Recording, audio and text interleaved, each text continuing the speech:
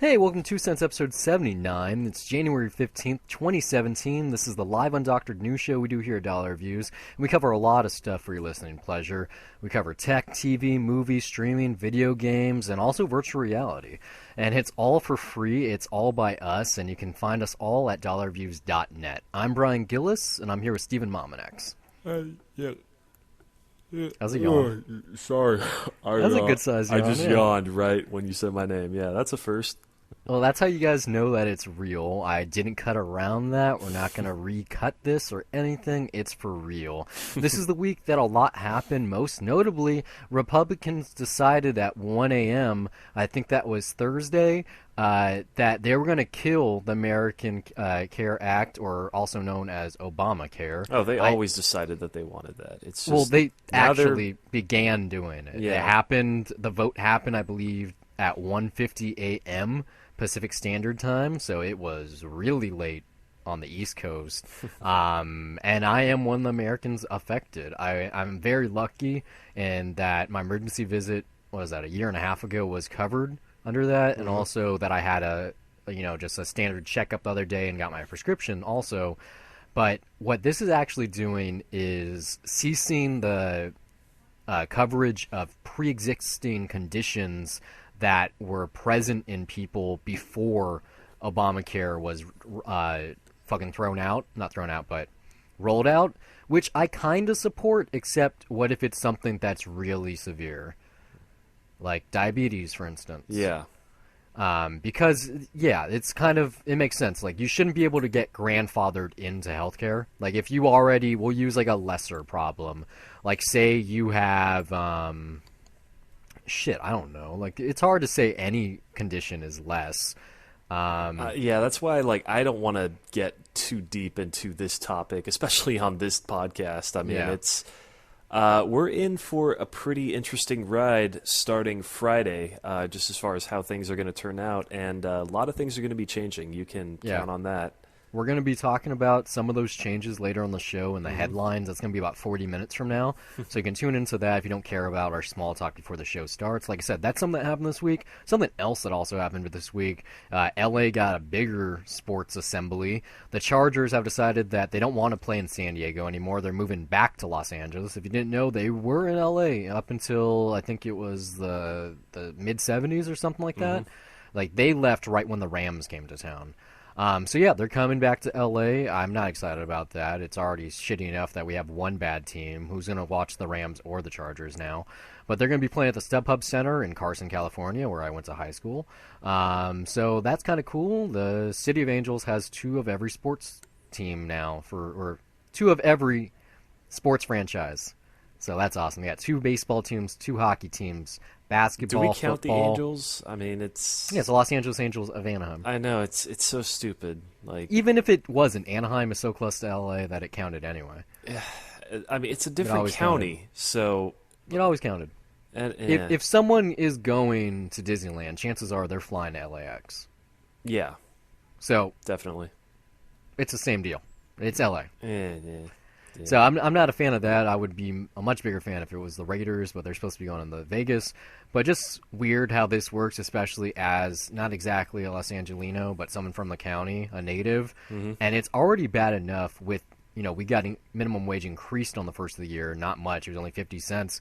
But it's already hard enough to find not just a place to live, but especially a place to work in this country, let alone this county and this city. Oh, yeah, no, I mean, California is getting very expensive in general. It's like you could argue that, another sports team means a lot of jobs at the StubHub Center, except they already had people working there in the first place. Like, maybe they'll get more hours. That's good for them. But this is going to hurt things. This is going to probably increase gas or countless other things because they're going to assume that more people have money in the area. I don't know. We're going to find out in the year or two to come. And by that point, we're going to be midway through a new presidency. So it's going to be very, very interesting. But I wouldn't be surprised if I took a page out of your book and I left LA also. Just because, you can... If you have a dream, you can make it come true anywhere now, especially absolutely. with the internet. And I really can't live here anymore. It's not even the people. I mean, the people is part of it. But, yeah, I mean, for me, I don't feel nurtured. Yeah, it was not just it wasn't really economically driven. It was just kind of like, well, I had the best time I could in California, and unless it's for work, you know, I have no reason to really go back. Like, it'll always be a nice memory to turn back to, and like, you know, just looking back at chapters of my life. But yeah, like I'm cool with moving forward and living in different places. That's a personal thing. Economically, yeah, there are way better places to go to than California right now. Like, it's getting insane. And I mean, honestly, every time I'm there now, like I like being there for a day, but then I can't wait to leave again. That's why just the last 2 times that I went there, for Thanksgiving and for Christmas, I was literally there just for one day and then I left, and that was a good healthy dose for me. It's like, but I love where I am right now, though. If we were in the past, I would say it's time for me to join the circus and go on the road. But yeah, that's something that's going to be of the past now. Today, matter of fact, they announced that, or yesterday I think it was, that Ringling Brothers and Barnum and Bailey Circus is going to cease performing altogether come May of this year. So the greatest show on earth lasted 133 years. They got a Oscar-winning Best Picture film named after them, and now it's over. It began about 2 years ago when they decided to retire their elephants for lots of different reasons, most notably like shit like Blackfish and people going, hey, this is bad for the animals. Yeah, PETA. And so with the elephants gone, people stopped coming, and so now it's just not making any money, that the circus is dead. I don't think we're going to ever have another circus again. I mean, yeah, it's sad. That is very interesting to think about. Like, I don't think I've probably been to one circus my entire life, but yeah, I did Ringling Brothers at the Long Beach Sports Arena. Yeah. In I don't know, like 96 or something like that. Is that the only one? Like, yeah. See, even for me, it hasn't been since the 90s. Like, right now is just a modern form of entertainment. I don't know if it's really there. I don't know. It seems more like it's just seen as a bit of an old-timey thing, that it kind of makes sense that it's fading away, but yeah, we're going to be missing something at the same time. It's no more old-timey than the other things that this event company does, because, you know, Ringling Brothers doesn't own themselves straight up anymore. I mean, that's like the original merger with whatchamacallit, the Barnum Baileys. But what if it was like Barnum, and then they joined Bailey's, and then there was one Ringling Bro, and then the other one, and then all 4 of them merged? Anyway, that's a bad joke. But these are the same people that put on like the Disney on Ice and like Marvel Avengers Live, and they have like a live Sesame Street happening. So they still do the traveling big attraction, you know, like Staples Center and shit. That's still what they're going to be doing, except now it's not going to be the circus. Like the circus, yeah, death-defying stunts and all that. You're not going to see that much anymore. That's the trained animals and bummer. And all that. Yeah. I think Barnum and Bailey's is still getting a biopic. I want to say that Hugh Jackman's going to star in it, or at least that's what it was originally. Who knows where it is now? Like, I haven't heard anything about that in quite some time. But if there was ever a moment to make a film about the circus outside of like that Water for Elephants movie, now would be it. Just capitalize on the idea that, yeah, the circus is dead now. This is, and like parents would go take their kids, like, oh yeah, when I was a kid, when the circus came to town, it was a big deal. In terms of just VR, having like, you know, elephants and acrobats and stuff in VR. Just capture it for spectacle. one last go. That would be great. Yeah, it would be great. I mean, like the Obamas, for instance, Barack and Michelle did like a White House tour in VR as one of their farewell things. They also gave Joe Biden the Medal of Freedom, which was pretty awesome. You start crying during that. If you haven't seen that video, definitely check it out. But those are the things that ended this week. Those are probably the things that everyone's going to be talking about. And instead, like I said, we're going to be talking about tech TV, video games, that kind of stuff, the things that we talk about. So here's the teasers. It's the little things to get your attention. I know that was kind of good to begin with, but here's some more anyway.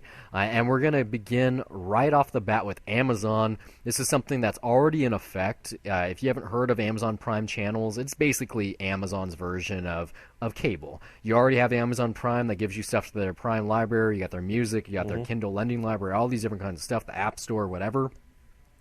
And if you have Prime for an additional fee, it ranges from like $5 to $10 a month, or even $15 in certain cases like HBO. You can get a subscription of certain cable outlets.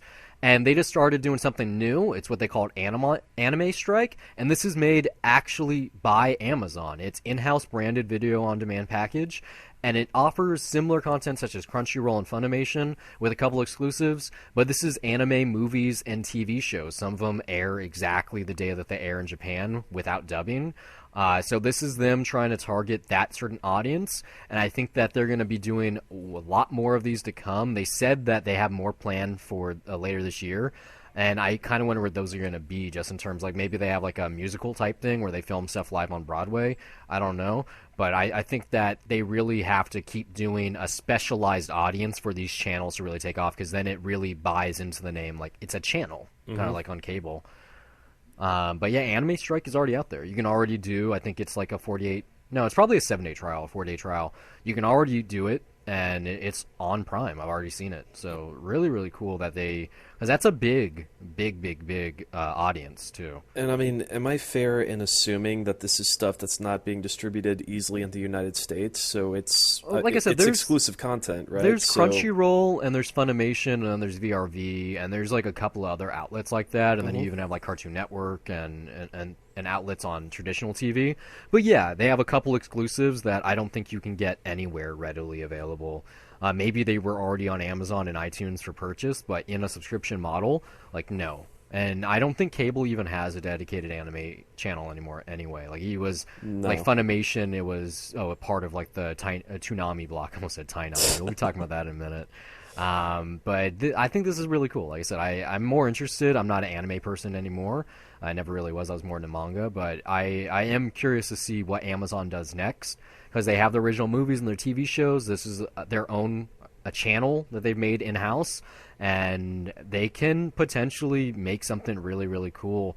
Who knows what it could be. Like, I would love to see a return to like the TCM type of thing, where you get a special person to come in to pick programming. Maybe they call it like Amazon, like auteur channel, where it is monthly programming that is decided by a certain director, and it's just whatever they wanted. Great. That'd be great, right? I know, what is it, Mubi? They have something like that where it's a constant rotation of shit. Or Criterion actually has this too, if you have Lovestruck, or Filmstruck, I mean. But Amazon is like, I haven't Same heard difference to a cinephile. I haven't heard anything about Filmstruck since it was launched. I haven't heard a single thing. Yeah. Like DirecTV Now, I've heard a lot of stuff. It's supposed to be really, really bad. Like just lots of bugs here and there. But Filmstruck, no. I've I've heard looked a at single the thing. catalog for it, and it's great. But then at the same time, how often are you going to really check into that? Yeah, that's what I almost got Hulu Plus back in the day when all of the Criterion Collection was on that. Yeah, it's like, because I it was love a that. steal. It was like if you watched one Criterion movie a month, it paid for itself. Mm-hmm. And now, I mean, for me, it's more like, you know what, Criterion might be like once a month or once every 2 months, because they get like, they get mainly cerebral stuff for foreign underdogs that no one's really ever heard of, and I love digging into that stuff. But it's like, I'm not gonna binge on that, you know. Like I take it when I'm in the mood. Like the last one I saw was Bitter Rice, and it's not like I was excited to see it. I wanted to see it for a long time, but I wasn't gonna like rush to that immediately and then watch Jacques Tati's Parade right after. Like there's a good space of time in between those viewings.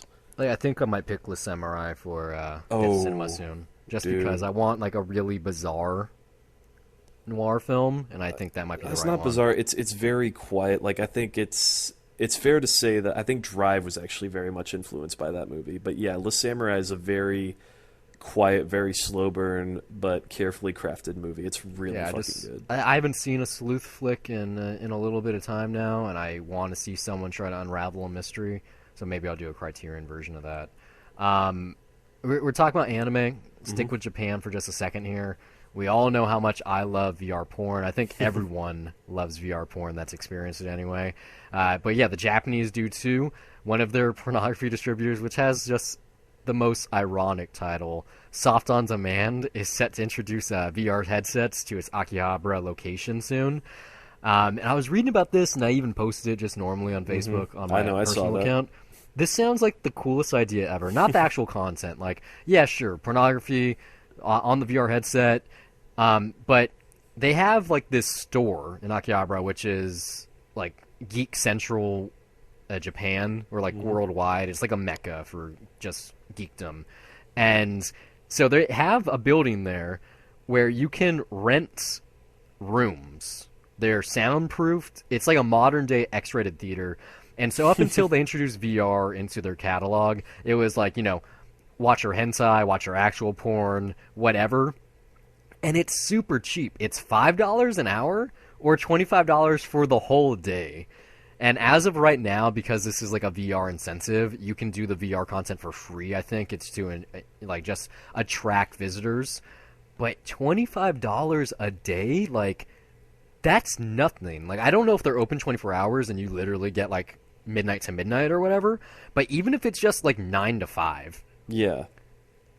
It's like I posted on Facebook, like, you want to go to Japan? You want to, like, go to Tokyo and, like, rent a place for really cheap? Fuck Airbnb. Don't do a hotel. Do this. Like, live in a porn house. It's $25 plus insane, free porn. Man. That, like, if it's 24 hours, that's... Right? With VR, like, you especially being more immersed into VR, like... because you've had more time with it, but like, I don't even holy seriously. crap, that is scary how damaging I really that just can be. don't give a fuck about that. I know, like the idea is awesome on paper, but it's like, oh man, I can imagine just you would come out of that so drained and probably be like never, or like it would come be into such a it hangover. pretty drained. Actually, I think that's more accurate. But I think drained on purpose. I do wonder if this is something. I mean, not the similar category, not VR porn house basically. But I do wonder if the VR arcade of this nature could exist in America, because I really do hope it does. I think maybe not right now, but I do think someday, yes. I forgot to do the research into the IMAX VR this week. Got busy with Final Fantasy 15, but that's like the closest thing we have at a big scale. I mean, because other than that, it's mostly been just like one-off things, like that Ghostbusters Dimensions thing we talked about. When Ghostbusters came out, it was at like July or whatever. Yeah. And then there's also The Void, which is in, I want to say that's in Nevada, or it's Utah actually. So there's like a couple of destinations, but it's it's like a theme park. You pay a really high fee, you get to do your specialized experience, and then it's over and you don't get to redo it. But this is full on, kind of like we were talking about Vegas. When was that? I don't know. Like, it's hard to pinpoint dates now. I think that was October. But Vegas is gonna potentially have like VR gambling, right? And that's closer in tune to something like this, because I think VR really, you don't have to keep on doing it to really enjoy it, but having just varied experiences at once really sells it more so than something like you did. Like doing Batman VR in one go is a certain experience. Yeah. And it's a pretty good VR experience just because it is fairly in-depth, like you do get immersed.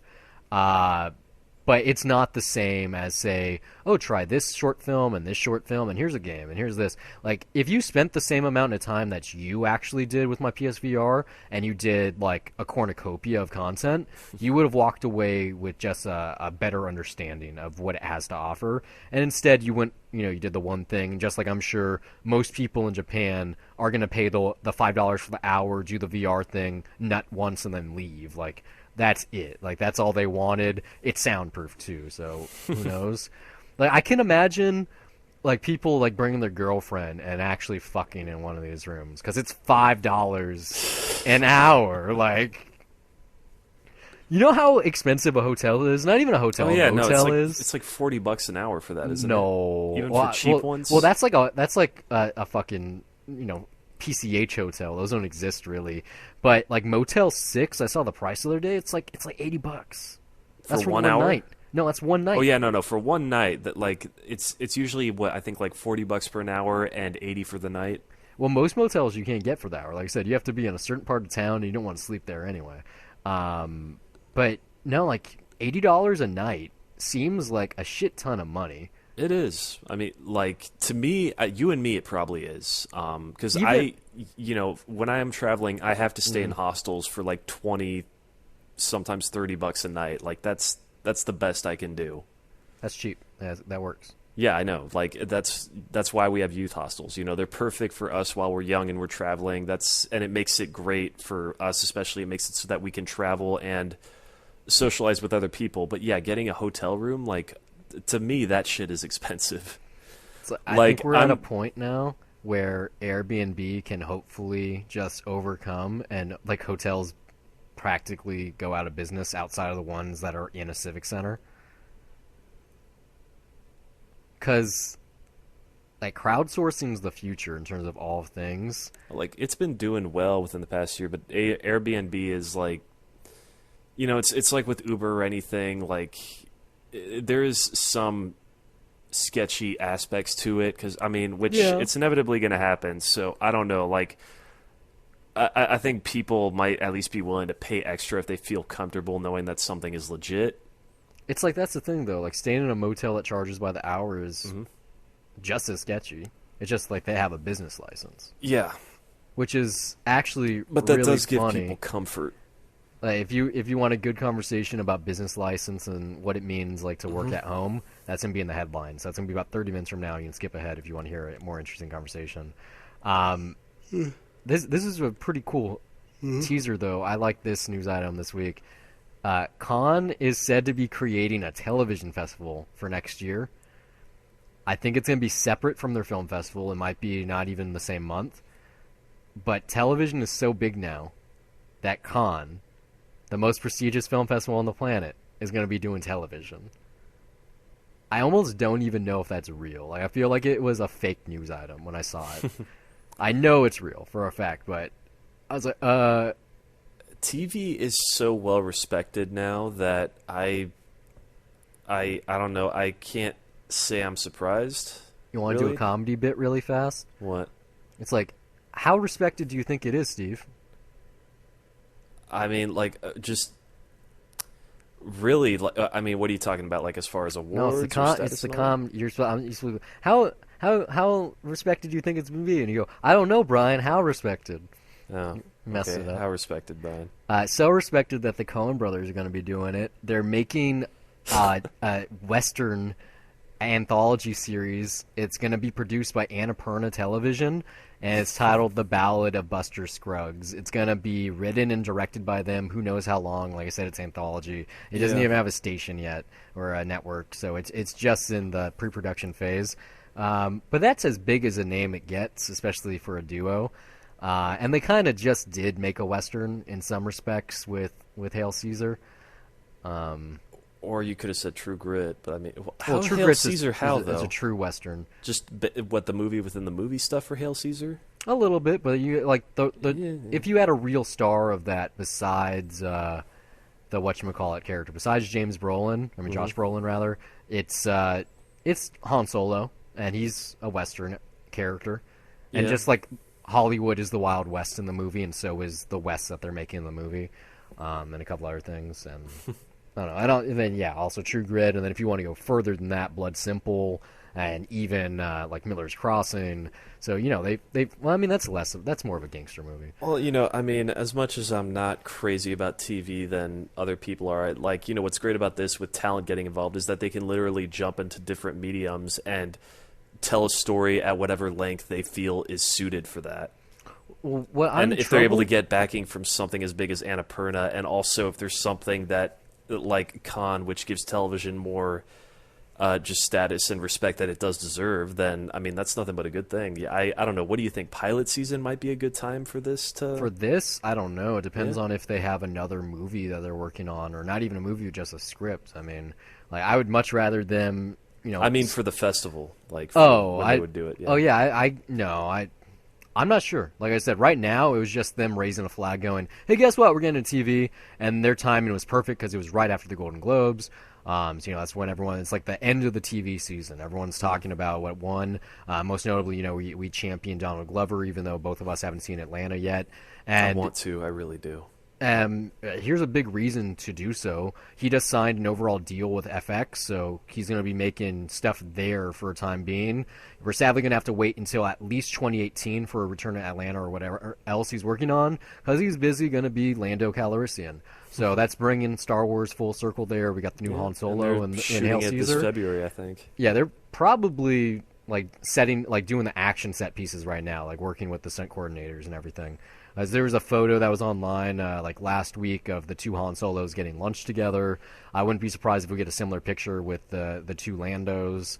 I swear to God, if we don't get the Han telling, like, reading the story to his kids thing, like, if this isn't like the storybook opening and closing, if they don't put Harrison Ford in this film, you don't expect it way too much right away, man. Like, it could be great regardless of it not opening make it that way. Princess I know Bride you would meets fall, Star Wars. You would fall for it if it does it that way, but that won't make the movie suck if that's not what they do. No, but this should be the Princess Bride meets Star Wars. Or don't like, push too hard for it, man, because if P.S. it doesn't happen, you, then you're going to be disappointed. Or fuck, those are like the two great examples. The Never-Ending Story also. I'm just saying, frame it around a storybook. Don't push for it too hard, man, because if you'll be very disappointed if it doesn't happen and they do something else. Well, here's something that we've been expecting for like over a decade now. There's a little bit of news on it, but it's kind of major. The Avengers Infinity War. Mm-hmm. It has 3 people on the cast for sure now. That's Gamora, Spider-Man, and possibly Peter Dinklage playing a huge role. No one knows who that is. It's probably going to be someone real pivotal. But yeah, Spider-Man and one of the Guardians of the Galaxy are 100% in the big... The Guardians were already confirmed that they would show up. Maybe. Like anyone... Or was that speculation? We talked about this. When Gamora is the daughter of fucking Thanos, then yeah, it's basically confirmed, but this was an actual confirmation, and like I said, the same goes for Spider-Man. So that's pretty cool. It's going to... Hopefully, if they get at least one of the television people in there too, it will just feel really, really, really epic. Because, Avengers 1, pretty epic, but Batman vs. Superman, and it's not because I'm even DC fanboy, tons more epic. Even though it's just 2 people, or I guess you could say 3, and then if you count the cameos, like fucking 6. But I will say it definitely feels like a bigger movie with actual ramifications. Whereas the first Avengers, it's just a fun, comic book movie. Hey, let's save the world movie. A Batman versus Superman, there are actual stakes that are felt there. But epic. Oh my god, just wasn't it like some 56 characters that they were talking about juggling in something this movie way back? So yeah, it's a possibility. That's totally it's plausible. I think it's like 64 or something like that. It's definitely above 50. Yeah, it's too many characters. We'll see how they handle it. God, it's almost a year now. Yeah, 16 months from now we'll have seen it.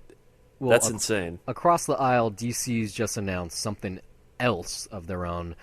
David S. Goyer and Justin Rhodes are going to be penning DC's Green Lantern Corps movie. This is something that was on the calendar. Well, not on the calendar, but it was one of the films that was shown off, at least the logo anyway, at Comic-Con when they announced the DC Extended Universe. And this is going to star Hal Jordan and Jon Stewart, so it's going to have the Black Cop, White Cop team up. So that's going to make lots of people happy, especially Green Lantern fans. I don't really care. It's David S. Goyer, so I really don't care about that. But what I am excited about, less so about this news item in particular, was what The Rock did on social media. He took to Twitter and Instagram saying that he met with DC, most notably Jeff Johns, and that they kind of talked about Shazam and, more importantly, his Black Adam character. And he said, I really like the way they're going. Trust me, by the time it gets to our movie, it's going to be a totally different thing. It's going to have, a real, heartwarming tone, and it's going to be a lot of fun. So I think Justice League is going to start that this year. Wonder Woman maybe is not going to because it's more of a war film. But by the time we get to Justice League at the end of the year, it's going to really hit that stride. And then with the films to come, it's just going to expand into a much more digestible and more quote-unquote popcorn flick territory where it's not all doom and gloom and look how beautiful this is, but oh man, is it dark type of shit. And Green Lantern is that perfect kind of thing. It would be awesome. I know it won't happen, but it'd be really cool if Ryan Reynolds could get a cameo in that Green Lantern movie. As a joke, yeah, I totally would. Why couldn't that happen? It could totally happen. I hope it totally happens. could, yeah. I hope it happens. Because that's going to be... They just started writing this thing. Mm-hmm. So by the time they film that, for all we know, Fox could reboot their X-Men universe, and Deadpool won't even exist the way we know him anymore. So, anything's possible. It'd be cool just flat out if they just cast him as Hal Jordan. I wouldn't exactly want it, but he made a really great Green Lantern. He did. Him against Ezra Miller, because Green Lantern and The Flash, or at least Hal Jordan and Barry Allen, they are just, like a tandem within the Justice League. And I can see Ryan Reynolds and Ezra Miller having really great chemistry, especially since Ezra Miller is so young. Like, it would be really funny. Almost like he's teaching them on the job type of thing. But yeah, I'm not the person that came up with this. The whole internet was saying it, because when you've already played Green Lantern, you can do it again. Or, I mean, he's been a vampire. You gotta be Deadpool twice. Just saying. If you can do that twice, you can do Green Lantern twice. But yeah, that's the teasers. Here's the penny thoughts. These are the things that we review in the middle of the show, just to give you an idea about our viewpoint, since you haven't exactly got it anyway. And it also kind of just lets us unload our critical opinion, because we do Debt to Cinema once a week. That comes out every Wednesday. We do Dollar Reviews every once in a while. We have several shows. I'll be talking about them once we finish talking about penny thoughts. But this is just something that we definitely do every Sunday. So I'll start. I didn't do much this week. I didn't say it on here. I said it during our episode of Samurai Cop, which you can listen to on Wednesday. That's the only movie I watched this week, so I did a lot of other stuff instead. The main thing that I did was watch Awesome Games Done Quick 2017. This is something that I've been aware of for about 4 years now. It's on Twitch. Well, it's on Twitch now anymore. They do Awesome Games Done Quick, and they also do Summer Games Done Quick. And what this is speedrunning, which is a very niche thing in the video game community. Basically, the concept is, how fast can I beat a video game? So these are people that play games until they break them in certain cases. They use glitches where you go through walls, which is called clipping, or maybe they abuse the mechanics so they're running faster than they should be. All kinds of stuff. You watch this thing, all of it is archived on YouTube. You can watch hundreds and hundreds of hours of people speedrunning from just these marathons alone, and then also just people in the community. But what Games Done Quick, what they do every January, and then I think it's going to be July. It's every 6 months. They do these marathons where they get a ton of people on Twitch to come in, go to whatever hotel or conference that they're at. They do it in front of the audience there. They do it in front of the global audience. So I think there was it ended last night, and at its peak, when it got to the final game, Undertale, there was over 200,000 people watching at once. And the whole purpose for this is for people to donate for a good cause. 100% of the proceeds go to the Prevent Cancer Foundation. And they made over 200 million this year. Or not 200 million, 2 million, excuse me. They made 2.2 million. That's still this year. Big, but yeah. Way big. The most they'd ever made until this year was 1.7. So they raised it about 500,000 more than they usually do. Which means in the summer, if the trend continues, it could be 2.5. And that's just really exciting. But it's just fun to watch the event. They had some really, really great runs this year. They did a mystery one where they had 4 competitors, and they didn't know what games they were going to do. So the first one was a 4-on-4 race in Donkey Konga, that GameCube game where you actually use the Congo drums. And then that went into a Wii game and something else. There was a Donkey Kong Country Trilogy relay race. Of course, lots of Zelda. They had a TaskBot section where that's where you program a computer to do frame-perfect stuff, so you can literally beat the game with robotic assistance, or rather assistance as fast as possible. I think some of the cooler stuff I watched was the Awful Games Done Quick, where they had really poor, they did a Bible game and some other shit, but they had a Super Mario, the original Super Mario #1 speedrun with 4 people. Just if you've never watched speedrunning before, especially a event of this caliber, it's really different, especially because it takes what video gaming is. It's a medium that's kind of preserved for a singular experience, especially these older titles. And mind you, these speedrunners, they do everything from Atari to present day. So the final game that ended the marathon was Undertale, that came out in 2015. So there's or the new Doom that came out this year, or this past year, 2016, it came out May. There were already people speedrunning that. So sometimes a game comes out and they already know how to do it. Some of the stuff I've seen, there really is no threshold to what they're possible or what's capable.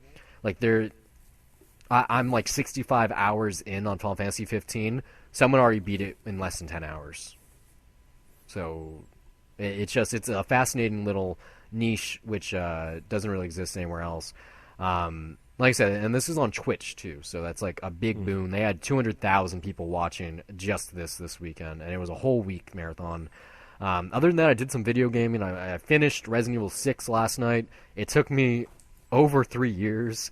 I did the whole thing. There's a reason for that. I did it as you're a pussy. I know that. No, Resident Evil 6 is not even close to scary.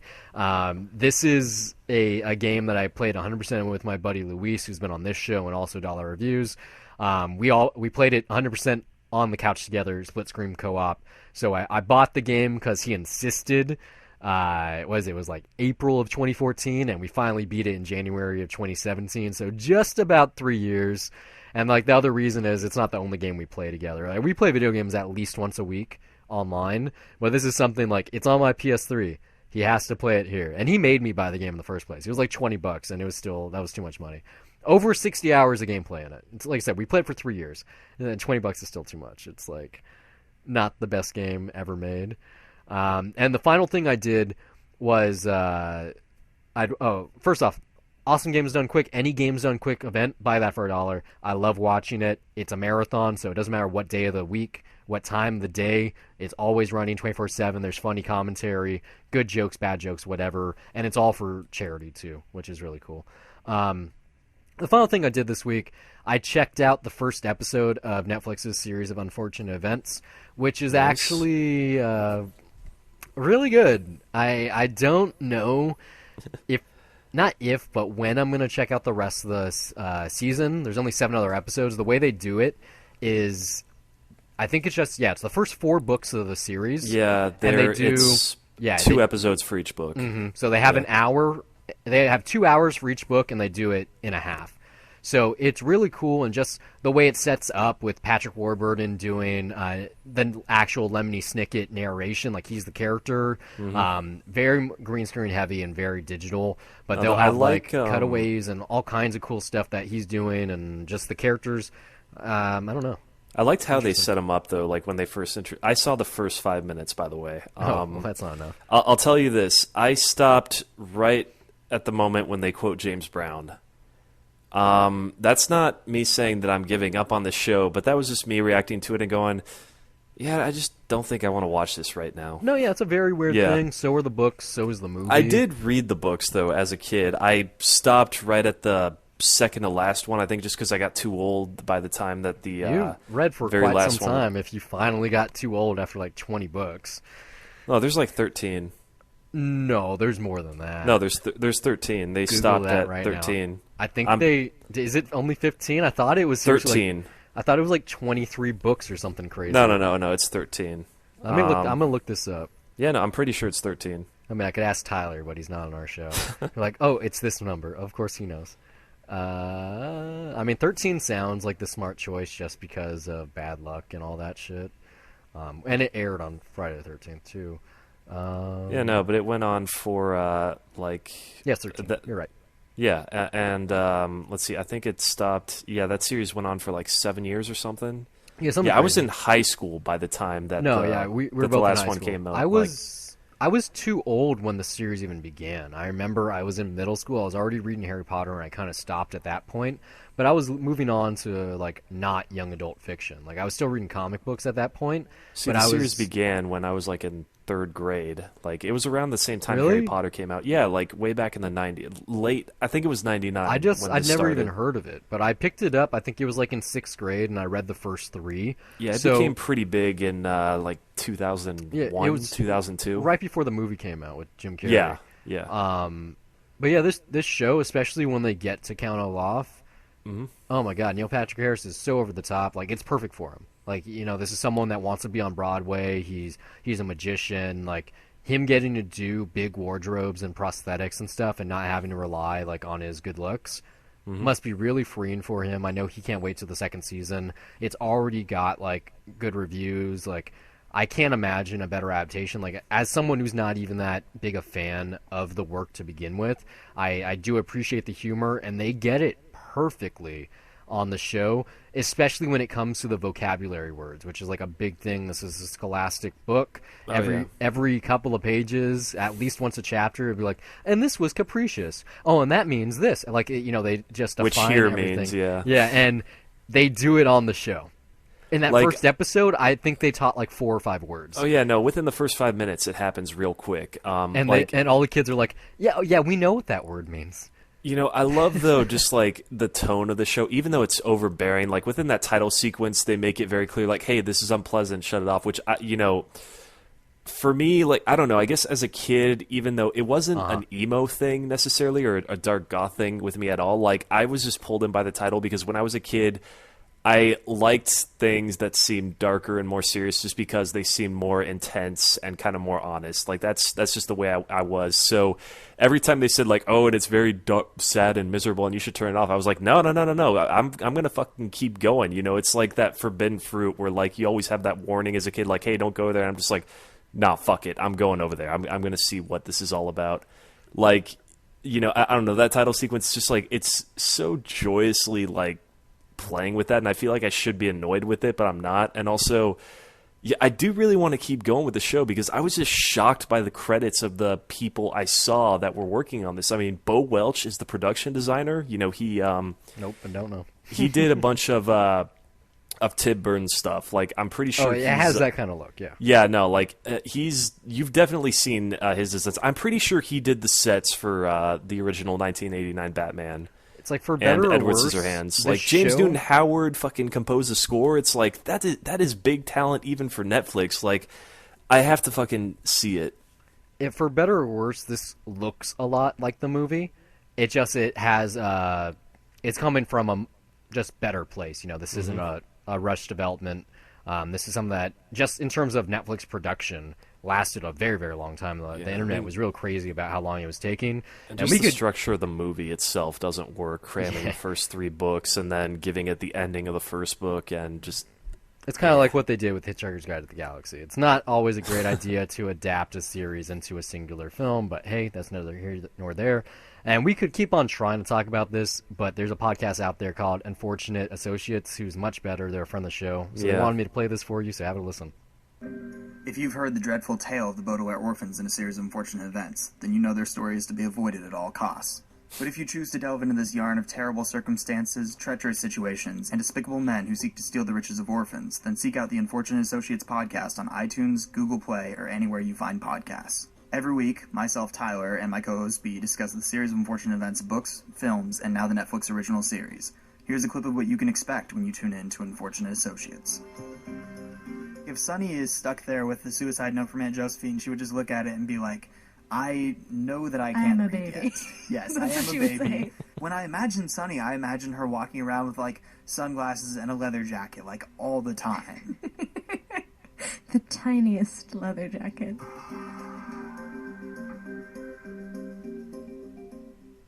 So yeah, that's their podcast. They are the #1 series of unfortunate events podcasts on iTunes. So you should give them a listen, give them a review, give them anything. Tyler's a good friend of the show. He's been on 2 Cents a good amount of times, I think like 5. He's been on Debt to Cinema and also Dollar Reviews. So he's been on just about everything we've done, but a few dollars more. And we've also been on his Cynical Cartoons podcast. I would still love to go on the Adam Sandcast, which I just...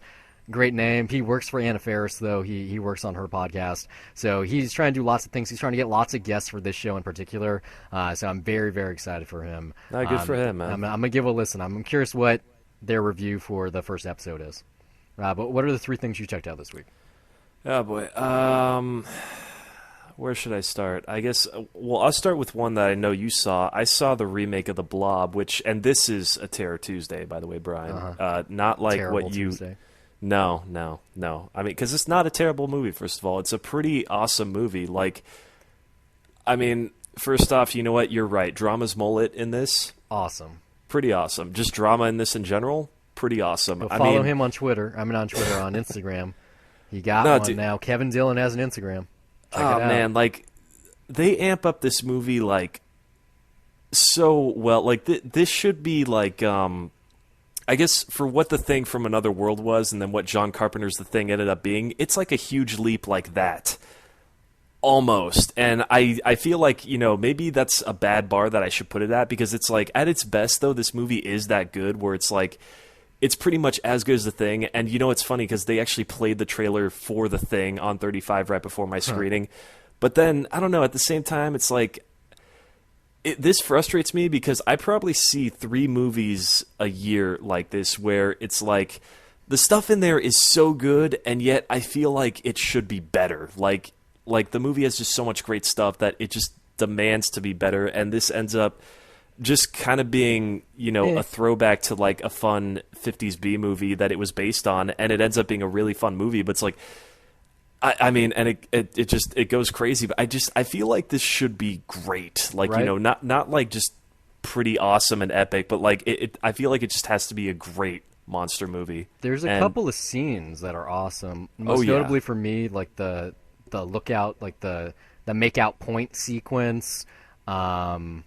Kevin Dillon on the motorcycle, because he is pretty badass. The movie theater scene, which I talked about already, like 2 Cents Forever ago. Oh my god, like just the way that they up it here, because in the 50s one, it's like, you know, okay, the Blob itself, which, holy shit, by the way, dude, the gore in this, so like, this would have creeped me the fuck out as a kid. I wish I saw this as a kid, because I would love the shit out of this movie now. But the mid-80s it fucking creeped me out when I saw this in the theater, and I just did not expect it to be that scary. I was thinking, oh, the 50s Blob, like, what the fuck could the remake do? Holy shit, man. Like, this thing is a monster. When you get to the mid-80s, they perfected like the real special effect, like the practical effect. They perfected it. You look at this and 2 other horror remakes of the same like year. You got The Fly by David Cronenberg, and you have The Thing by John Carpenter. You throw those 2 together with the Blob remake, and it's just like, how is this not CG? I mean, like, to be fair, there are obvious moments of rear screen projection, but even still, it's so fucking good looking. I know, like the whole movie, like maybe not just the way movie it's theater shot. scene in this though. Like, what I love that they added to it is that's basically the same scene. Yeah. But then they add a strobing light in there, and like, just to me, that's a fucking brilliant touch, just to make it that much scarier to get the fuck out of there. Like, oh man, like, it was so brilliant, and yet I only gave the movie 3 stars on Letterboxd. I just feel like, oh man, it's so good. And yet, for some reason, it's just not great, and it's like it's frustratingly awesome for me. It's a good movie. I hate that, it's just it's not. Yeah, it's. I know. I didn't buy it. I can't buy it. It's okay. It's not quite scary, except it's a horror film. It's an action movie, it has, but like, the action beats aren't that great. You have it's got a lot of great beats, actually. Like, you know, every character has their moment. I mean, Johnny Drama, you know, he fucking has like some really big badass moments where it's like, you know, if I was watching this as a kid, like, you know, for example, I'm not going to say what it was, but like if he's yelling at somebody through a walkie-talkie, Victory! You know, No, and then the payoff for that, like that would be shit that I would go nuts for as a kid. I'm like, you know, I was at a sold out screening for this, right? Like, and it was a lot of fun to see this on theater with a crowd in 35. Like, just, you know, it's like stepping back into fucking 1988 and watching a movie like for the first time like that. I love it when I get experiences like that, and yet I just feel like, fuck, like I was simultaneously just kind of pumped when the credits started, and at the same time I was like, why the fuck isn't this more awesome though? And it's like, it seems unfair, but yeah, I don't know. Is that a fair feeling though? No, like I was the same way. Like I really enjoyed it when I did my Halloween Horror-thon this past year. It didn't suck. I was consistently happy I was watching it. Like, the lookout point in the movie theater scenes, I showed those to the girl I was dating at the time. Like, I was like, we weren't watching the movie. I was just, have you seen this before? No? You got to see this shit. And I just put it on because perfect clips. Just so good. Especially with the guy trying to, like, date rape the girl, but then she turned out to be a blob, and then instead of him fucking her, he got fucked and turned into the blob, too. Like, just the humor in this movie, it's so funny. Frank Darabont is one of the writers on this, by the way. Like, there's just so much great stuff. Like, even the movie within the movie of, like, the hockey mask slasher. Wait a minute, it's not hockey season. It's a fun creature feature. It's just, that's that. the thing. It's like, it's just that. It's just that. It's like, there's so much talent here and there's so much great stuff. It's like, fuck, movie, why can't you be more than that? Like, I mean, especially just, I feel like setting up, giving me though the trailer for The Thing before that, which is a movie that ended up being a great monster movie as well as just more than that. And it's like, maybe that's the false expectation, but man, like, I really felt in the first act of this, like, holy shit, this is really going somewhere. There's great setups there, and then it goes into batshit insane conspiracy theory territory, which is fun, but it's like, I don't know. I feel like you could have done something really clever there that would have been awesome. And then it's just like, no, we're just going to be the fun, kind of retarded but kind of awesome, just monster B movie. And it's a remake of a B budget movie. It feels like a B budget movie, and that's all it is. And it's satisfied with being that. I mean, there's not any emotional stakes really. I wish there was though. There's no love story that you care about. Like, there's nothing. It's just like who's gonna survive, who's gonna die. Like, everyone's expendable, and it's kind of fun being that kind of thing. And yeah, but the characters are fun though. I mean, it's like it's got the good setup for that stuff, and it's just like it just doesn't go anywhere. Yeah. It's just a solid movie that is middle of the road. But you should still watch it. Yeah, I enjoyed it, and I recommend it to other people. I can't buy it for $1, but it's a fun watch, especially in Halloween. Mm-hmm. What else you see?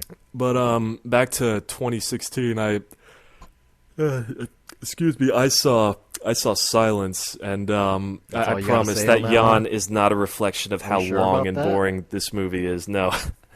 It is deliberately long, deliberately slow, but it's a great, quiet epic. I mean, I seriously just feel like it might be overkill for me to praise another Scorsese movie as great, but like I don't want to like really say too much of why, but like I just thought this journey for these characters was beautiful. The way that their faith is tested, as well as just their personal beliefs, how that's just shown in contrast to just the region in Japan that they're in, and how they have to face up again. Just basically, they literally step into a different world. It's like, it's tough for me to describe this because there's elements of A Man for All Seasons in this, which I fucking love. It goes about it in a completely different way, but I couldn't help but think about that film as I was just processing this one. But I mean, the simplest way to describe it is I think even as a slice of history for what was happening in Japan in the 1600s, and just the influence on religion that can happen in people. It's very interesting, especially in a place where it is outlawed and you can get killed for it unless you denounce it. Like, I don't know. It's difficult for me to talk about because there are still parts of me that are a believer and parts of me that are a skeptic. That's why I would say I am agnostic, but I think, the part of me that still has faith is definitely triggered something in me. Like, and I think, it's interesting because there's so many conflicting thoughts here in that, in one way, this is a movie about a man, about a Jesuit, priest who's, going around spreading the word of God. But at the same time, he's in a country that outlaws that. And their viewpoint is that he's basically intruded on their way of life. But it's like, you can kind of sort of see both perspectives and sort of where they come from in that. And it's a fascinating conflict, I think, to see unravel. And I sure as shit was never bored. I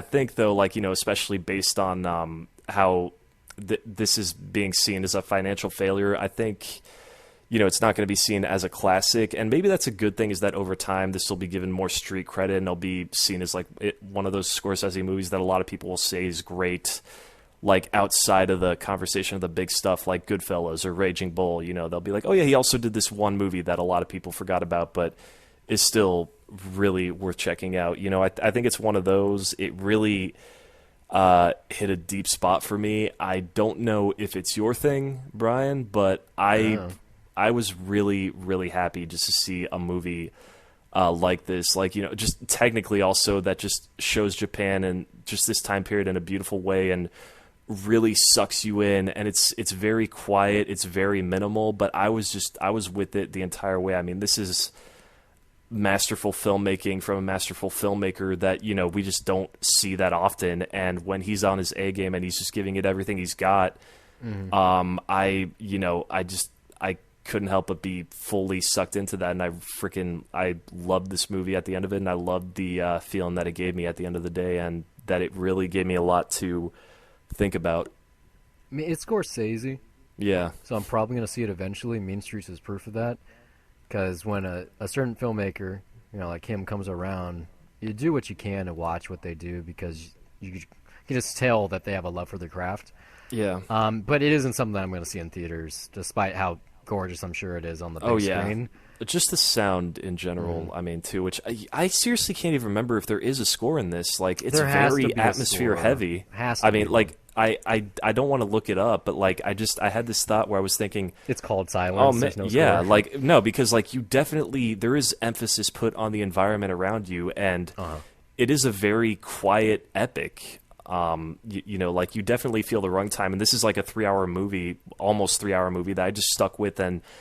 I literally just was there and I was going along with the ride. I mean, you know, this isn't something like Wolf of Wall Street where it's very fast and just keeps going at this crazy, almost like, you know, cocaine pace. Like, it's very different from that. And I enjoyed that movie just as much as everyone else. But I think, I don't know, something like this means more to me. And I think I'll be much more tempted to revisit this than Wolf of Wall Street. I still only have the one theatrical viewing of Wolf of Wall Street. And sometimes people play it at parties. But, you know, that movie, like, I thought it was awesome at the time, but even then, when I saw it, it's like, that one's kind of overlong, and there was issues with editing it, and I thought, yeah, no, some scenes could definitely have been cut down, but it's still, that's a movie I will remember. This one, I think I'll definitely be revisiting it in the future when I need to.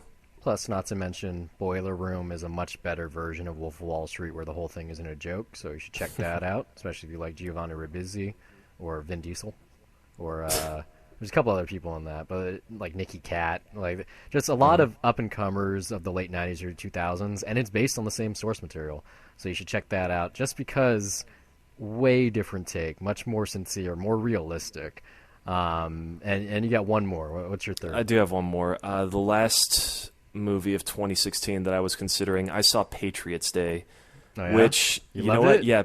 Yeah, Peter Berg is like 3 for 3 now on doing these. I guess we can call it like the True Heroes trilogy or something. American Survivor. I mean, Lone Survivor. Yeah, which was really good. I'm upset that I missed what is it, Deepwater Horizon. Like, I really wanted to see that. It's out on DVD and Blu-ray now or streaming, so I'm gonna have to check that out. I really want to, especially after this, because I mean, this just. Man, like, this was something. I mean, you know, I feel like maybe just criticisms of this being, like, jingoistic, you know, very pro-America, could, you know, you could definitely throw that out there. But it's about Boston Strong. It's I know. What happens after you stop the people that like, did the bombing at a fucking marathon. Of course it's American. I know. I mean, it definitely just...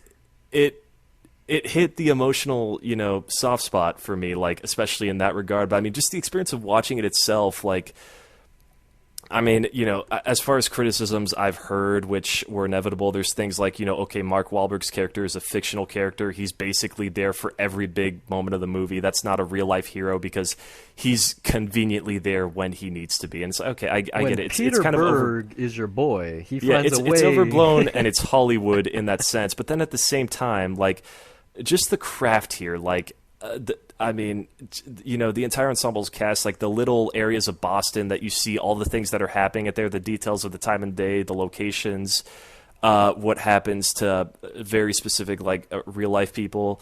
Like, there is just so many details in this world that, like, it really feels like a recreation of the period. Like, it might be Paul Greengrass United 93 2.0, and that there is that exaggeration there that you have Mark Wahlberg's character being Mark Wahlberg. But, like, I mean, just this really, it felt like a very, I hesitate to say roller coaster ride for the subject matter, but, like, it was riveting. It moved at a breakneck pace. Like, it just didn't stop, and, like, you really felt like you were there throughout the event and throughout this entire manhunt. And, like, it's just really effective filmmaking, and, like, I just walked out of there thinking, like, holy crap, like, that was great. I don't know if I'll see it again, but I mean, if Peter Berg is gonna be the guy that keeps doing things based on real events, then I mean, it's like, yeah, you know, by all means keep doing it. Don't do Battleship again, because fuck, that one really. Or Hancock.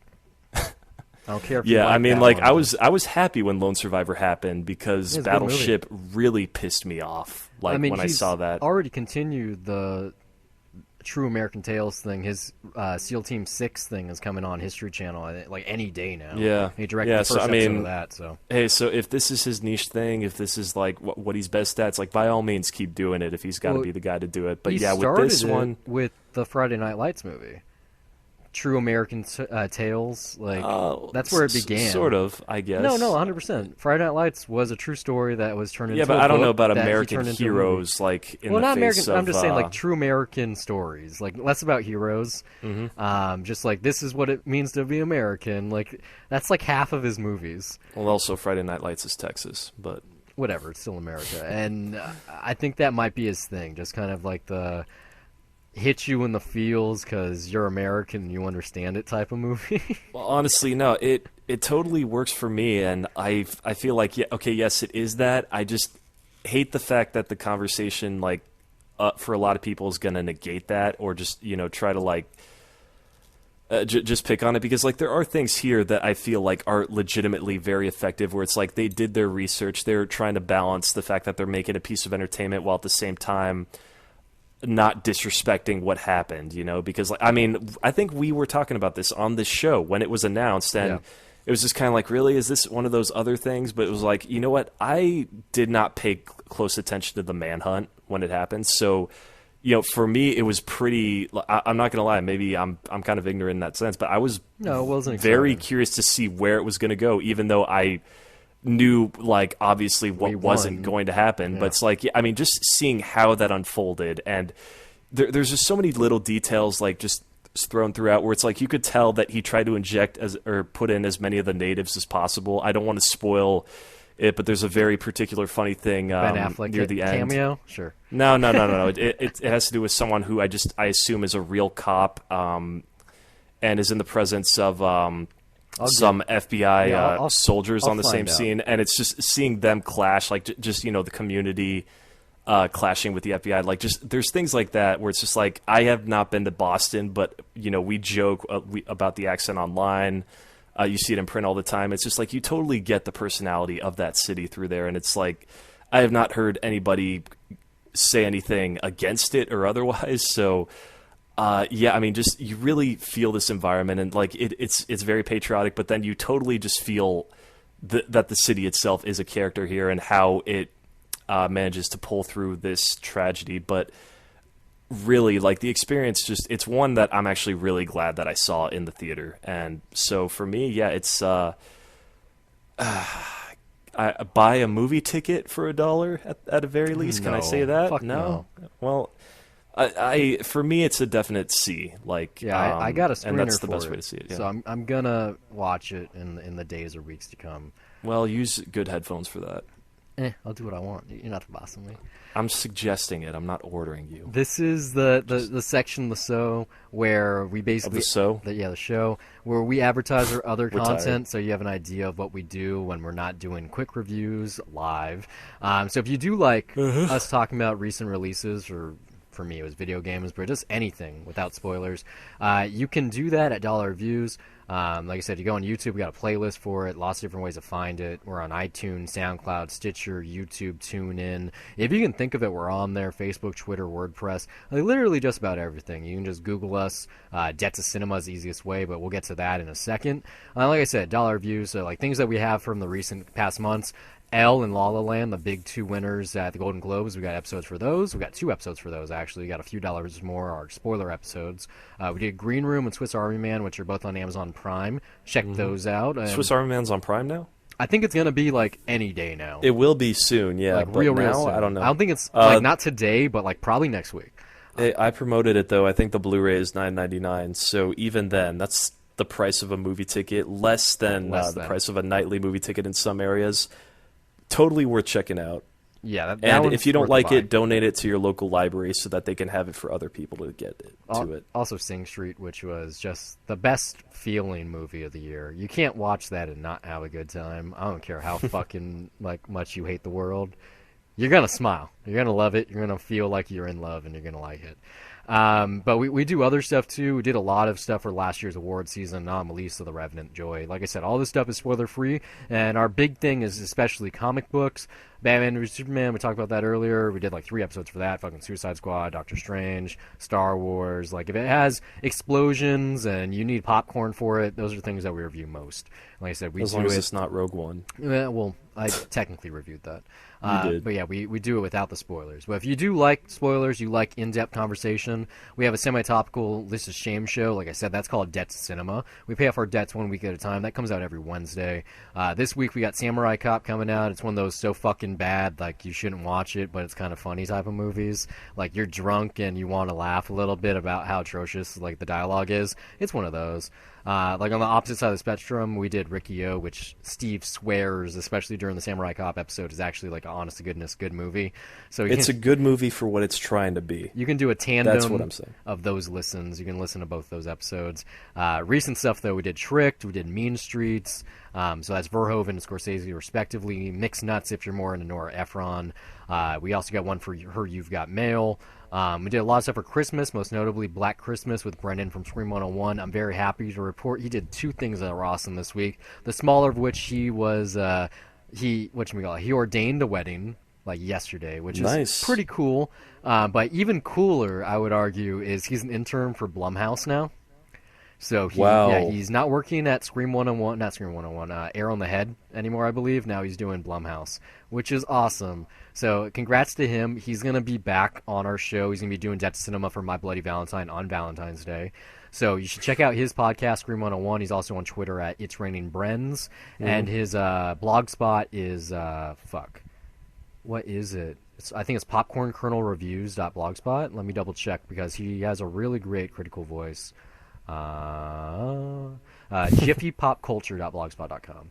He's been doing some interesting stuff, especially like on Harold and Kumar and Road Trip and just things that don't usually get reviews. So it's really interesting to see his viewpoint on that. So yeah, give him a listen. He's going to be on the show again, and maybe potentially we'll be on his show every once in a while. It still hasn't happened. Oh, that'd be cool. Fingers crossed, fingers crossed. Like I said, we do a lot of stuff. Obviously, we got 2 cents. We've been talking for an hour now without break, without pause, without any edits. And if you want to fund us, you can do so. We were talking about Airbnb, Kickstarter, and you can do Patreon. Patreon.com/dollarviews. Give us some money. It could be $1 a month. We don't care. Anything helps. If you don't want to give us any money, just give us some feedback. You can send us an email, brian@dollarviews.net. Yeah, that's harder to spell than it is. It's BRYON. You can go shout at us on Twitter, on YouTube, follow us on Facebook. Literally any kind of feedback, any kind of promotion, every little thing counts. And we're doing this for free, and we're telling you if it's worth your dollar. And so if you'd like to give us our dollars to tell us that it's more than just free, I would love that. But here's the headlines. It's about an hour into the show, so if you stayed this long, you must really like the news. The big one is actually not the first one. It's going to be second. The first one I forgot to talk about earlier. I was talking about Summer Games Done Quick, Awesome Games Done Quick, the big things that happens on Twitch. TwitchCon, which is the annual Twitch convention, has moved locations again. That's 3 locations in 3 years. It's going to be coming this year to Long Beach, California. It's going to be at the Long Beach Convention Center. I got to get a press pass for the Long Beach Comic-Con. I'm going to try to get a press pass for TwitchCon. I would love to go to this. Nothing really happens. It's kind of just about like how you can number one is to meet Twitch broadcasters, and so they can like actually get one-on-one time with their community. Cool. And it's also kind of like how to promote yourself, how to get more followers, workshops, like various things. And then at the same time, like Twitch announcements. You got to mind you, this is Amazon. So yeah, it's going to be starting October 20th. It's going to be that whole weekend. The first year, there were 20,000 people. Second year, there were 35,000. I wouldn't be surprised if they got 50,000 this year. That'd be really cool. And it's going to be in my backyard. So I'm probably going to go. I'm not going to pay the money, but I'll see if I can get it for free. That would be awesome. This is the real headline, though, and this is like the most batshit insane, weirdest thing, and that's going to be followed up by something just as strange. Michael Lynton, the CEO of Sony Pictures, has just stepped down to play a role on Snapchat's board. He was already an early investor. He paid lots and lots of money through like several like hedge funds and capital investment firms. And he's had some part of hush-hush dealings with them, like maybe they have an IPO or a merger on the horizon. They've already turned down like a multi-billion-dollar deal from Facebook, and so Facebook has since gone on to like basically copy their whole gimmick for Instagram and Facebook directly. But the CEO of one of the major studios is now helping run an app most known for sending dick pics.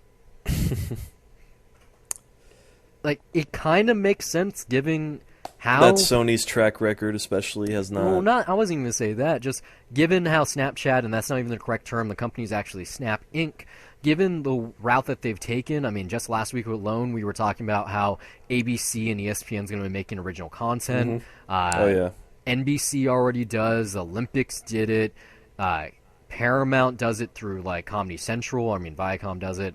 Movies promote things. They've had, like, live events. They've had, like, basically, like, live event movies on Snapchat. They've had whole kinds of different content, and it's huge, and it's really interesting, and I find it fascinating.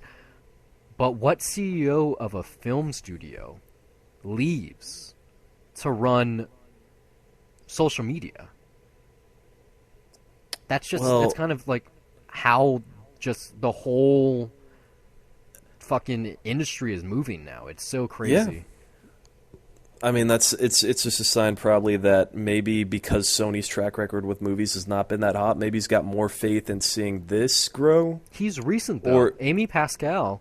Yeah, she stepped down like 2 years ago now. Less than 2 years ago, right? So he hasn't been there long, at least in that position. Mm-hmm. And she's not even gone yet. Like, she's a producer on Spider-Man Homecoming, among other things. She only stepped down because of the hacking, too, Yeah, right? it was the hack. Yeah. Like, she was doing an okay... I mean, not like a good job, but she was doing an okay job. It's not like Sony sold off the studio yet.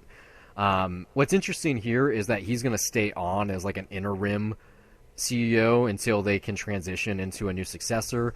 It's rumored to be a lot of people, maybe Jeffrey Katzenberg, since he's no longer running DreamWorks. That'd be cool.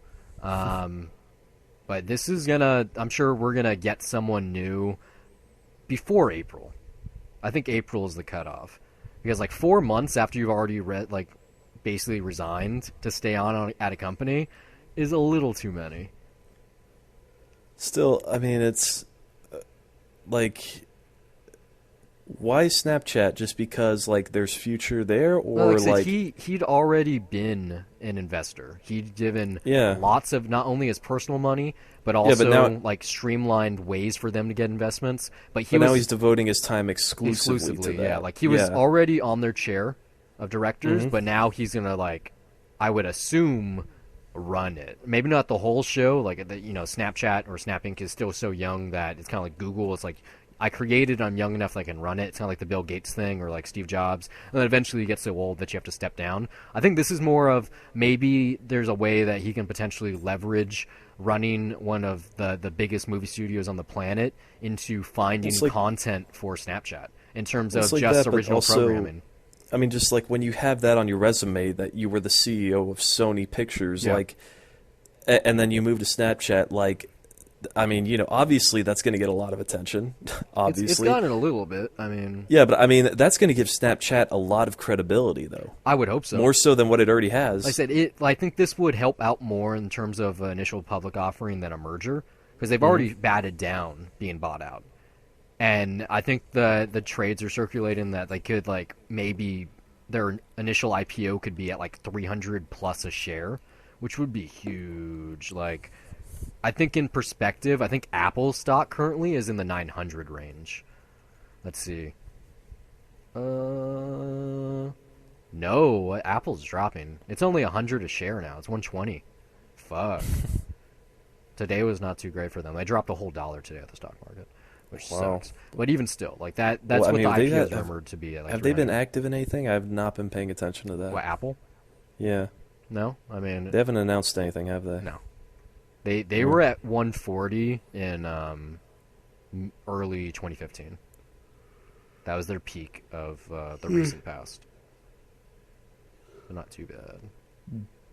Man, they dropped so hard when Bill Gates died. Or not Bill Gates, when Steve Jobs died. Steve Jobs died, There's a big drop right there, and then it went up. I know Nintendo stock. I didn't even talk about this on the show. I forgot to even fucking mention it. I guess we can do it right now since it's the transition from Sony to Nintendo. Yeah.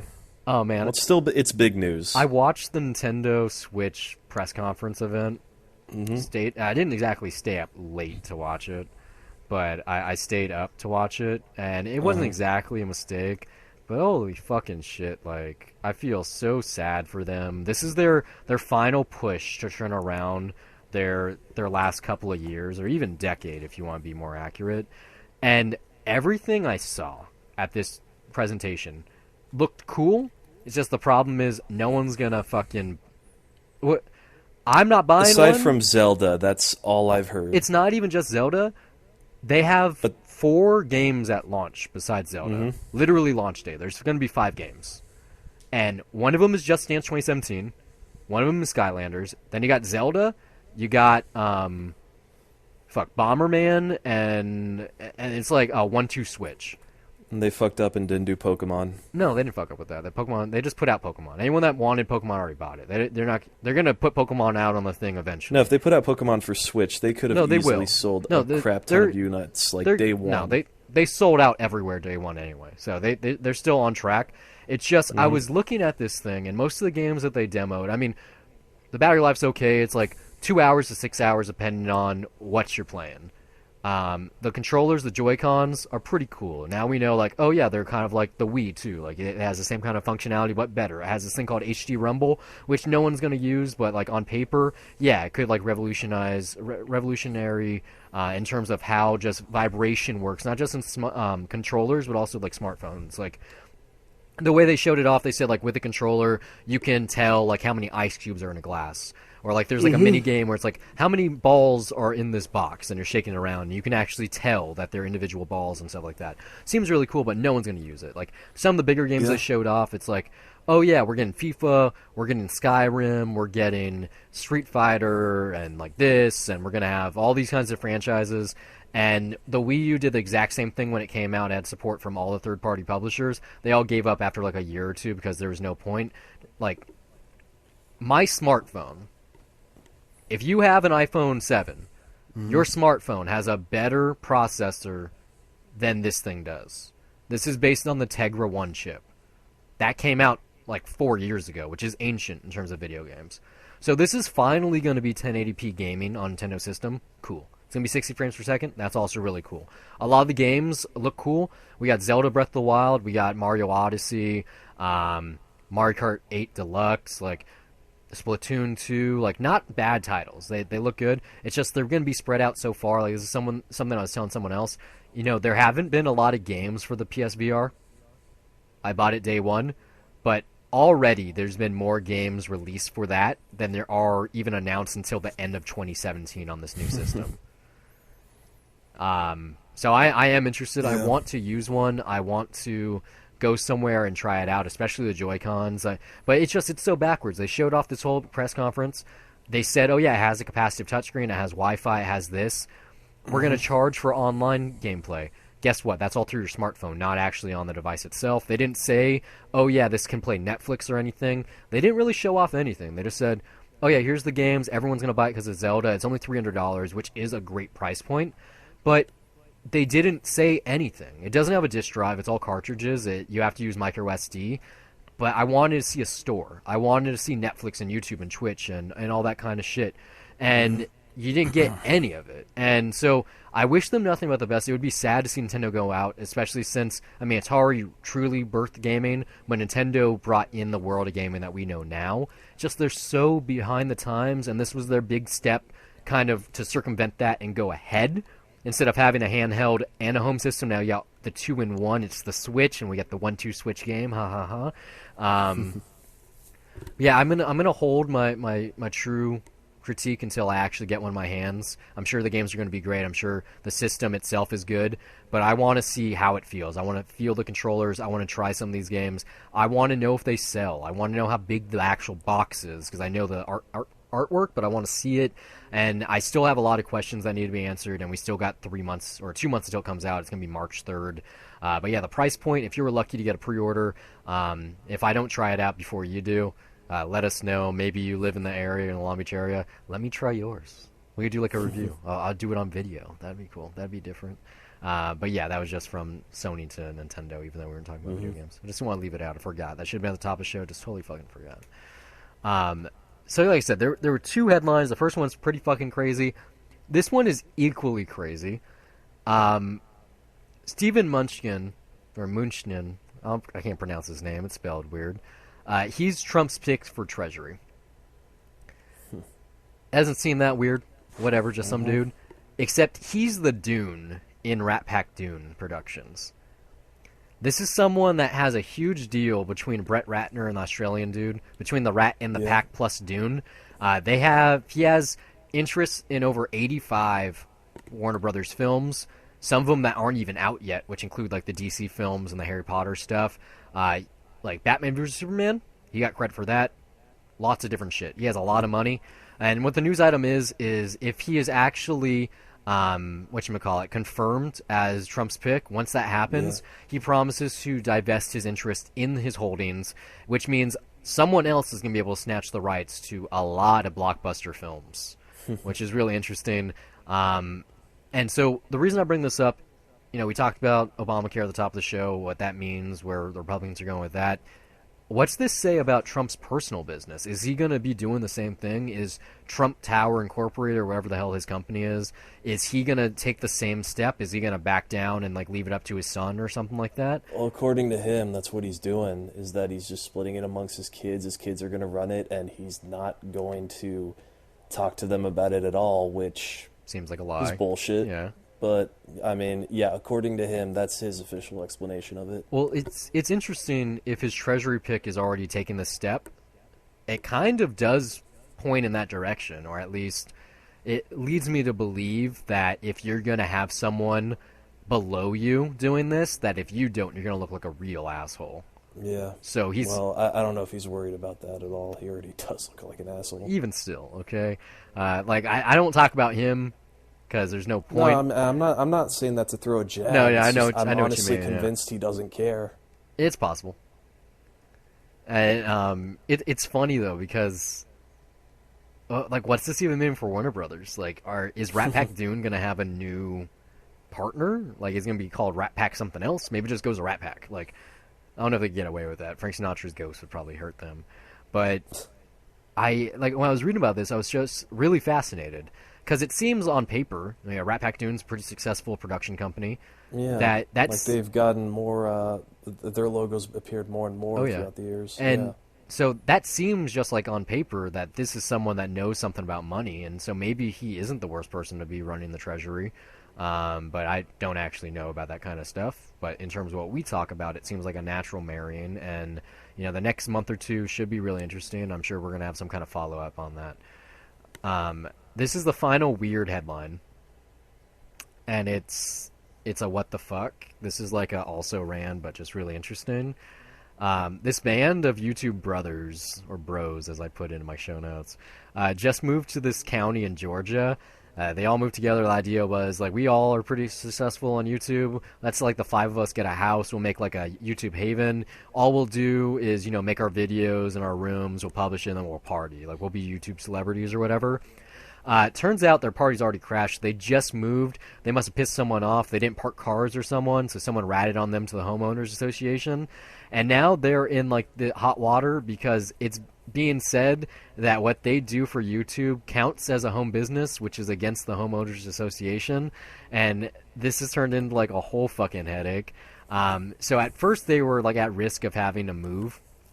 But now, the ringleader, whose name escapes me, it doesn't actually matter in the first place, has filed for a business license.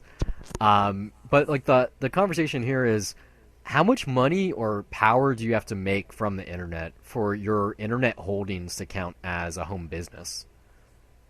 How many followers would we need for us to claim dollar views as a company? Jeez, I don't know. Probably enough for us to at least be making enough to make enough anything, to be, able to make a living off of it. Then yeah. If I made $10 a month, I'd say it was a business. To be honest. Yeah, but is that enough for you to really make a living off that $10 a month? But no, if we it'd be a source had enough, of income. If we had that as an income, and we could live off of that. On top of that, be able to afford a place just to operate as a business. For me, then I think that would count. Quit my job and just do dollar reviews, I think I would have to make at least $5,000 a month. Yeah, right now, I definitely would not even consider that because with official. But yeah, I don't know, maybe you could twist the story enough to because the way the internet works, you have to be making enough when you're hot that when you're cold it doesn't matter. Because this guy, for instance, a guy that just had enough money to move with his friends to fucking Georgia, which he should have done his research on, this could kind of pave the way in terms of just how like the Internet of Things pans out. Like, if you are a YouTube celebrity or a Twitch streamer or, you know, even like a cam girl to that extent, if you're one of these type of things, if you make your money 100% off the internet, if that is your source of not just income but like livelihood and just your whole, you know, angle, if this goes the right way, like this could potentially be, if it goes to court, which I doubt, I think this is just going to disappear as of now. But this could kind of be like a Roe v. Wade type of thing, because every time with the internet is a possibility for the first time. It only takes one time, and then it's documented, and then you can point your finger. Like, you can't really change it back after that. Yeah. So I don't know. Like, this is, I'm just really curious. I do want to follow this. I saw this on Kotaku. Just an interesting, like, what the hell? Like, all I do is make YouTube videos. Why are you giving me a hard time? I mean, I understand why they're having a hard time. Like, I like when I read about this, they were having people stay at their place that weren't actually paying rent, and then they had like too many cars on the block for their own place. I'm sure they were throwing loud parties. And it's the South, you know. I don't think they fuck around with that kind of thing. But I don't actually know. But it just, you know, just like a funny thing. And it, you know, it's money. And the biggest thing this week, and I'm sure you saw this. I'm sure you got a lot to say about it. You know, we talked about getting another sports team in LA. This is a way bigger thing that's coming here. George Lucas is going to be opening the Lucas Museum of Narrative Art by 2020. May 4th, 2020 to be exact. So it's going to be Star Wars Days 2020 is when it's supposed to open up. This is coming to LA's Exhibition Park, so a very historic park. Has been there forever since the first Olympics in LA. But yeah, this is exciting. It's supposed to open up like at least like 300 or 400 jobs for full time. And then with construction, that's like probably a couple extra 100 there. But it's going to give us, you know, well, not you, but it's going to give me and the LA area proper just a new museum. The Academy's opening their own also. They're probably going to open right next to each other, both literally in terms of real estate and opening dates. But other than these two that are coming to us, besides LACMA and like the Broad, like there really aren't that many museums in LA anymore. Like LACMA's probably the most famous one I'm aware of. Yeah, like the Broad's like a fairly recent one, but you can even, I'm gonna count the LA Zoo, but that's like not even LA. That's like up there. Like that's almost Glendale. But this is going to be in the center of LA. Like the reason apparently why George Lucas picked this over San Francisco's Treasure Island was that was on an island. Like the only way to get there was by taking like a car over the bridge or taking a ferry. Whereas this is in the center of LA, so if you have a car, you can obviously drive there from anywhere on the freeway. And most of the metro lines go there too. Plus busing, plus Ubers. It's going to be really convenient for anyone. And this is being called a Museum of Narrative Art. It's not just going to be Star Wars stuff, which people assume. It's going to cover all... A lot of people are going to go there for that. Yeah. You know that. Well, it's not just going to be Star Wars, though. It's going to be Lucasfilm proper. So you're going to have, like, you know, prop stuff for ILM. You're going to have Indiana Jones things, probably Howard the Duck. Probably not. THX, American Graffiti. But even more than that, like George Lucas owns like one of the biggest Norman Rockwell collections, so that's going to be there. Probably costumes from other stuff. Maybe like his friends like Coppola put things in the museum every once in a while. It would make more sense, especially for like the thing that Del Toro just did at LACMA. That would be just a more natural fit, like having a director put his stuff, like his props or like his home installation in a museum from a director. Makes more sense. But yeah, he's throwing $1 billion at this thing. I'm sure the building's going to look awesome. It's going to be completely connected to the internet. It's by the time 2020 rolls around, I'm sure you can do like pay $5 to visit in VR. You don't even have to go there in the first place. But very exciting. I can't wait. I'm sure I'll be there the opening year. Even if I don't live here, I'm sure I'd visit just to check it out. Because a museum like this only comes around like every like 30 or 40 years. And I'm sure it's going to truly be like really nice. So good luck to George Lucas. I can't wait to see what it looks like. I've seen the mock-up, and like really, like it's all glass, like just so pretty. I don't have much to add. I would totally be down for that. This is the last real news item on the show, and it's a continuation of what Netflix has been doing, what we've been talking about before. First it was Chris Rock, then it was Dave Chappelle, and now it's Amy Schumer.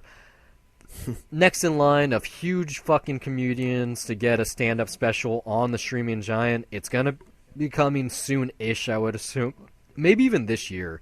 I'd be surprised if all 3 comedians have their stand-up specials by the end of 2017, because this is the year that Netflix has been promising to their stockholders for like 2 or 3 years now. Like, it's always been about 2017. Like, they have a new show coming out like once a month now.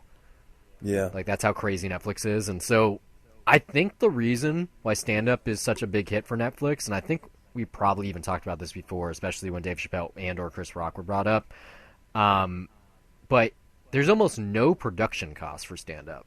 No, it's easy to produce. Hell yeah. I mean, that's not to negate the effort. No, you still no. got to set up all the cameras. Well, and not. It's like figure out the maybe venue, it's like but- maybe 3 or 4 cameras. Like, it's not yeah, that like many. just compared to like, it's way easier than back in the day when they filmed Eddie Murphy on film and Yeah. like set it up in a club. But yeah, no, like nowadays it's a lot easier. It's like what it. And also just they know that it gets a lot of streams on Netflix, so it's definitely easy money. And just when it comes to stand-up, they know what people want, I think, at least. It's kind of lazy though, because if you think about it, there's already a tour for the stand-up comedian, right? But business-wise, though, it's common sense. Yeah, but like even if it's like a one-off show, like Dave Chappelle did, like he has that special show or whatever.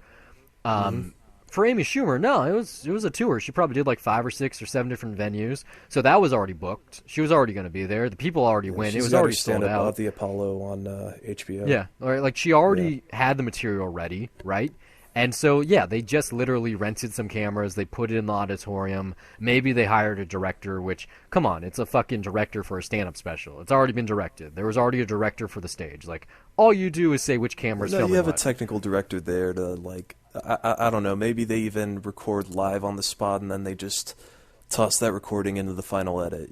I don't know. Like it's not really edited. It's all done there on the spot. They have someone recording the audio live. Like, you can do that, just like record it live like it was a live broadcast. Maybe that's how they do it, and they just churn it out. In terms of directing gigs, though, I think stand-up comedy, in terms of just filming it, has got to be one of the easiest ones to do. Because in terms of creative aspects to bring to stand-up, what can you really do? I mean, Spike Lee is outside of this. He directed John Leguizamo's Freak, and he does do a lot of interesting stuff there. And he has like a B camera that, I don't know, maybe it was like Super 16, that you can tell is worse quality. And he has that for certain angles, and it really does kind of help out in certain ways. Like, he shoots... John Leguizamo is different, though. Like, his stand-up, he does like multiple characters at once. And so the way the other characters were shot really just kind of highlighted that it was a different caricature. And so that's why it's like a different grain on the stock or whatever. Like, so it worked in that kind of way, and that's HBO production too. But yeah, just super safe for Netflix. I got 2 other things here, and they're video games. We're talking about Nintendo. This is just like a funny thing, the NES Classic Edition that everyone fucking wants for some reason. The internet hacked it about a week ago. That's really cool.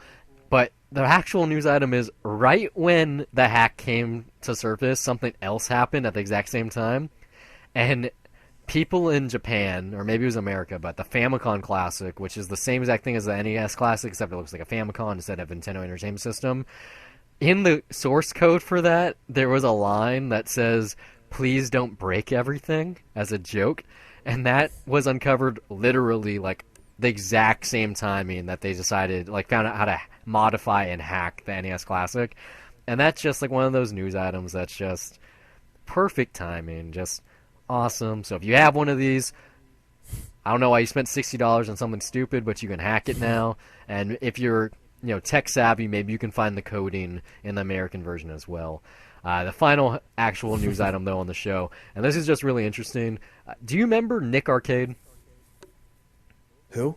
No, probably not. It was a Nickelodeon show from like the late 80s, like early 90s. It was on syndication a lot, especially when I grew up. You might not have been in America yet. Is that on Nick at Night? No, it was like just Nickelodeon, like standard Nickelodeon. Like I said, it was the late 80s, think I ever saw it. early 90s. It was kind of like when they just began with like Salute Your Shorts and Legends of the Hidden Temple. Like, it was that whole era. Yeah, that was before my time. Okay, so apparently there was a show before that was called Starcade, and this was like the early to mid 80s. So he was the precursor for Nick Arcade.